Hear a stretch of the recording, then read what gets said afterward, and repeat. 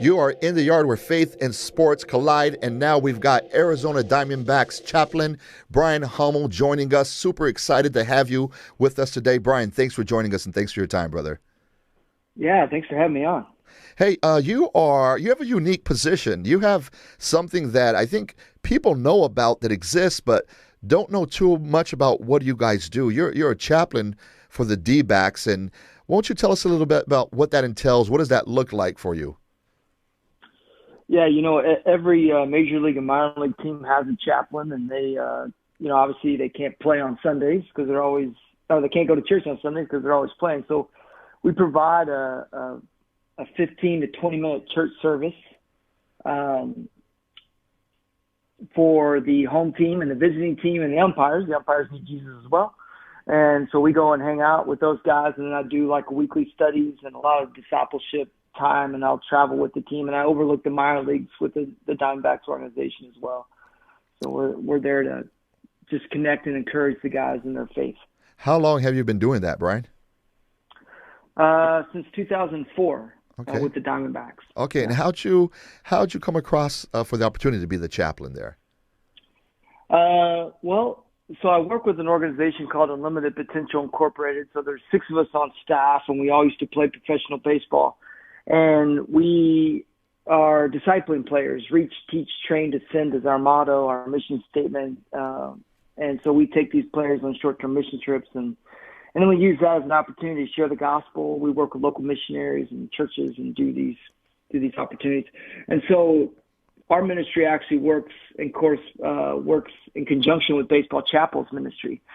And so if there's an opportunity to put one of our staff members in a Baseball Chapel position, they're going to make that happen. So that's basically how it came to be. My wife and I moved down here 16 years ago to fill the need of the chaplain role that had been opened up with the Diamondbacks. And I know you're really active during spring training. I know that there's a lot of players that I have relationships with, Brian, that think so highly of you.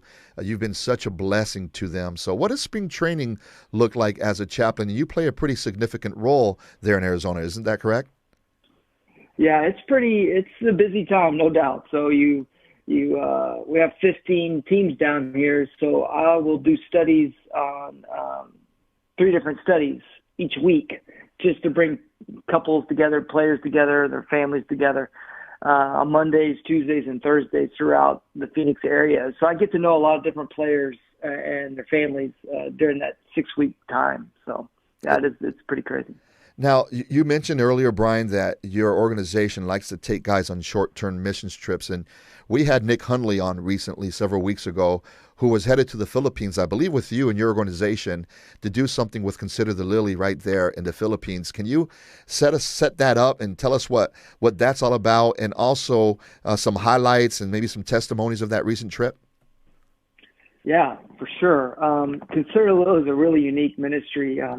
Josie Long started this, and when she did, she asked my wife and I to if I'm going to pull through this, I need you on the board. I'm like, let's get it done. So I'm the chairman, and my wife's the treasurer, and so we have known Josie. I've known her actually for over 20 years. So she grew up as a missionary kid in the Philippines, and when she started this organization, she left high school and then moved in with us after high school for 6 months and got her a job as a nanny for a couple of ball players and made some money. And then she went to beautician school, and then she moved back to the Philippines and opened up a little shop and just to teach the local Filipino women in the squatter community to cut hair so they can make some money. And she started hanging out with her daughters and started a little Bible study. And it went from 7, 8 girls to 100 pretty fast. And she started finding out as she got to know their lives that many of them were in really horrific situations, being sexually abused by family members. And that's where the home was birthed from that point over 6 years ago. And so now we've worked with the government in the Philippines, and they send us, oftentimes they're some really difficult cases because our organization has, you've just seen unbelievable results in these girls' lives. And how they, like Nick and I and Steven Souza Jr., we just came back from the Philippines We spent a week with these girls, and I can promise you there's no way in the world you could even imagine that what has been said about them actually happened, because they are full of joy. It was so happy. We were just a happy time to love on those girls. It was a beautiful experience for all of us, for sure. So as you're there, providing services and ministering to them, and how is it then, in your opinion, Brian, and these girls from being having such a bad experience, bad past, all this abuse, how is it that they have joy in their heart, even though they've gone through such difficult things? I shared a story with the girls. One of the girls at the home named Cherry, she lived in a place called Smoke Mountain. And if anybody's ever been in the Philippines, in Manila, this is the poorest of the poor. It's actually a 50-foot high, like plateau trash heap. Wow. And they call it Smoke Mountain because the fumes come off of it. There's people that live up there, and they've got nothing. And she had fallen and broke her hip and was laying with her hip broken in this home for about a year, just straight surviving. And she had, as you can maggots. She had all kinds of things on her. She was point of death, and we came in there and was able to rescue her. She got her hip replacement surgery. She still struggles walking, but she can walk, which they told her that she'd never be able to do again. She came to know Jesus about 2 years ago, and I shared a story in Mark chapter 2, where 4 friends brought their paralyzed friend through the roof to meet Jesus. And Jesus addressed that man's greatest need, which is all humanity's greatest need. And it wasn't the physical healing that was the greatest need, although that's what the man thought, and for sure that's what Cherry thought. It was forgiveness. And Jesus is the only one that can provide that. So you've got 2 choices in our life. Either one, I can deal with it and seek forgiveness, or 2, the opposite of forgiveness is revenge and justice. So what we're going to find out is no matter how much justice and revenge you try to seek after and want, it will never satisfy your soul. Only forgiveness can bring that peace. And what these girls are being able to do is to forgive and recognize their need for the forgiveness of Jesus. And it's through that forgiveness of Christ that they're able to forgive those that have hurt them. Wow. And that's the only thing that's setting them free, because if they don't, you remember Corrie ten Boom during the Holocaust, and she set up a home in Amsterdam, and she said, those that came, the survivors of Holocaust that came and spent time with them, she said those that were able to forgive were able to move on with their journey. And those that couldn't were stuck as if they were still in the concentration camp. Wow. Wow. And that's a true statement for all humanity. So forgiveness is the key to the Jesus' kingdom, and he is the one that provides that. And these girls have experienced it. We see them singing worship songs. We sat down and had dinner. We took the older girls out to eat, Nick and Stephen and I, and we all sat around this round table, and we said, hey, if you could only sing one song the rest of your life, what song would you sing? And each of them sang a different worship song, and we all started singing it together. Wow. We had church. It was beautiful. Wow.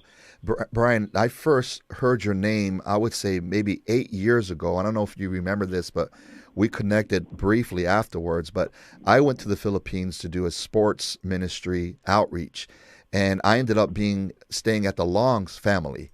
And of course, we did ministry there, and with the local high school there, we did some outreaches, which was fantastic. But during that time, I got to tour this home where a lot of these girls were, and got to hear these stories, Brian, that broke my heart.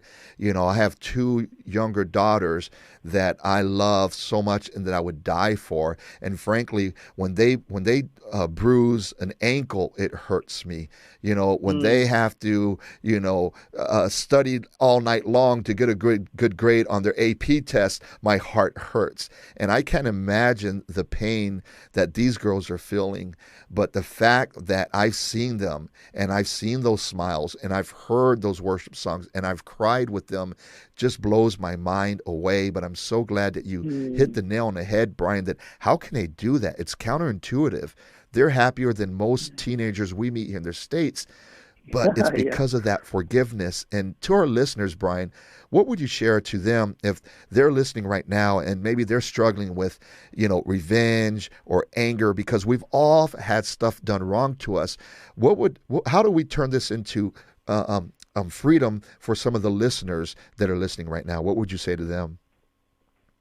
You know, the universal language, I think, is more based upon suffering than necessarily love, because not everyone's going to be loved like they should, but we're all going to experience some pain and suffering. And the book of Job, you know, I had our middle daughter, my wife and I have 3 daughters, but our middle daughter had cancer, and she's doing great now. But when we were going through that, when she was 7 and just turning 8, our family, it took a hit on us, obviously. And so we really kind of hunkered down. And I wanted my girls to go through the book of Job with me. And I wanted them to understand that even though things in this world happen to us that, man, none of us deserve some of the things that's happened to us at all, right?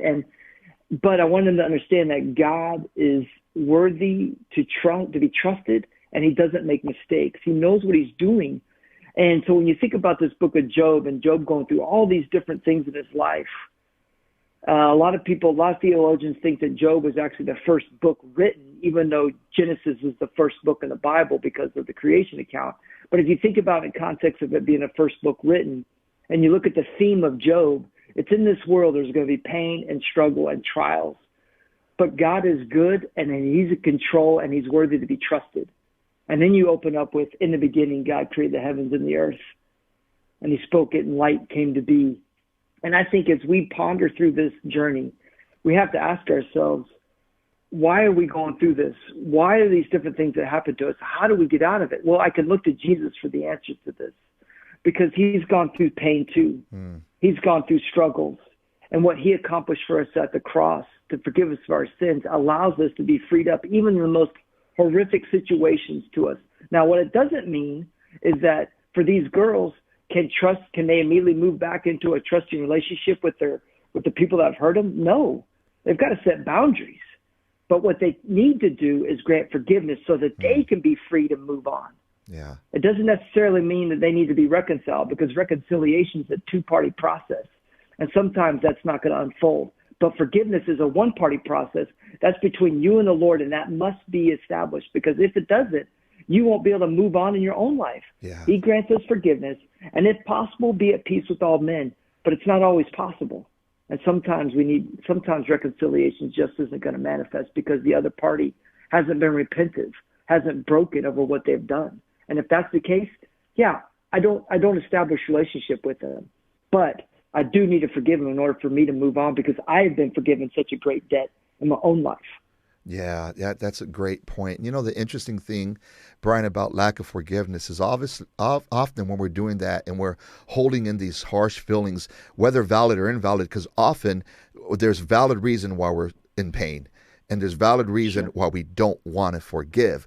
But the sad thing is, when we don't forgive, it doesn't hurt the other party. It hurts us, because they're not the ones thinking about it every day. I mean, let's say I was wronged in high school, something significantly. Whoever wronged me isn't thinking about that today. But if I've never forgiven them and moved past that, then those are things that the enemy, the devil, can use to just keep us enchained to our past. And thank God that we have forgiveness. And to our listeners out there, hey, if you've never experienced true forgiveness for the things that you've done, if you've never extended true forgiveness to the things that have done to you, you will never be free. And thank God that he provides a plan for us, Brian. Not only those girls in the Philippines, not only you as a chaplain and your family and your wife and your kids and their Major League Baseball relationships that you have, but for the listeners right now, maybe there's somebody that says, you know what, I need forgiveness. Well, thank God you're in a spot that you know you need help. And all you have to do is go to the Lord and ask him to forgive you and to become his. And then now you have a chance to be a new creation and have the power now to forgive others. What are your thoughts? What are your thoughts on that, Brian? Yeah, that's absolutely right? I mean, this is the heart of Jesus, and why he left heaven and came to earth is to reconcile us back to the Father. And he went to unbelievable lengths to do that. One of my favorite Bible stories is a story that Jesus communicated was when there was this man was working in a field and came across this treasure, and he sold everything he had to purchase that land because he knew the treasure that was there. And the reality is when you think about what Jesus has done, He gave up everything. And who's the treasure? The people he created. And he's given it up, and he gave up his life. And people are looking at him like, well, if you are God, come down from the cross. And yet he stayed up there because he sees us as his treasured possession, and he went to great lengths to provide hope and life for us. Yeah. And when you experience that relationship with Jesus, man, it doesn't mean that your life's not going to have troubles. No, you're still going to have troubles because we live in a fallen world. But what it does provide for me is hope. And that's what these girls have now, which they never had before. They have hope in Christ. They know who they are. There's assurance now with their faith. Yeah. And so the things that have happened to them is, yes, have been brutal. But watching them now, another illustration, we had 7 girls come in to stay with us for 2 weeks that just got the police officers picked up in a raid just before they were sold into slavery. Josie took them in. She took 7 of her older girls. They took those girls, each took those 7 girls out to eat. And they each shared the gospel with them. They were like, we've been where you are. And we know that this is painful, what you've experienced, but you need Jesus. Wow. I mean, and 3 of them came to know Jesus, and 2 of them are now living in their home. Wow. So it's amazing. Brian, man, I thank you so much for joining us today.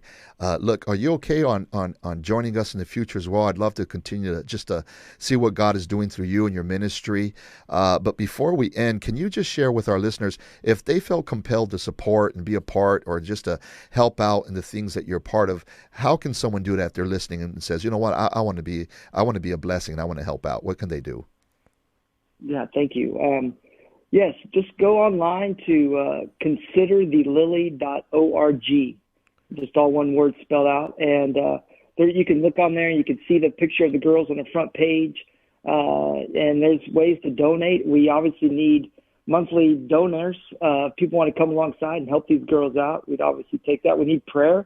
We're opening up a new home, actually 2 homes. So we're in the process of trying to get more girls. We had to turn down 23 girls when Nick and Stephen and I were there one day. We just don't have the room. And so the government's presenting to us their most difficult cases because we have lawyers. We're involved in the whole process, from counseling to we have social workers in the home. We have counselors. We have, education. We take them all the way through college. I mean, we're wanting to transform lives here and break some serious change. Wow. And in the Philippines, it's rough. But Jesus is doing some work, and it's beautiful to see. Well, Brian, we know that Jesus does his work. He often uses us to be his hands and feet. So, man, I thank you for that. Keep up the good fight. Do not tire in doing good. May God bless you, Brian, and we look forward to having you on soon. Yeah, for sure. Thanks so much for having me. Have a great day, brother. Another huge thank you to Brian Hommel. Listen, guys, if you listen today and you feel compelled and moved to do something to help him out in his ministry, just go to considerthelily.org, considerthelily.org, and help him fight this fight. We thank you so much for tuning in today, guys. Join us next week for another great episode of The Yard.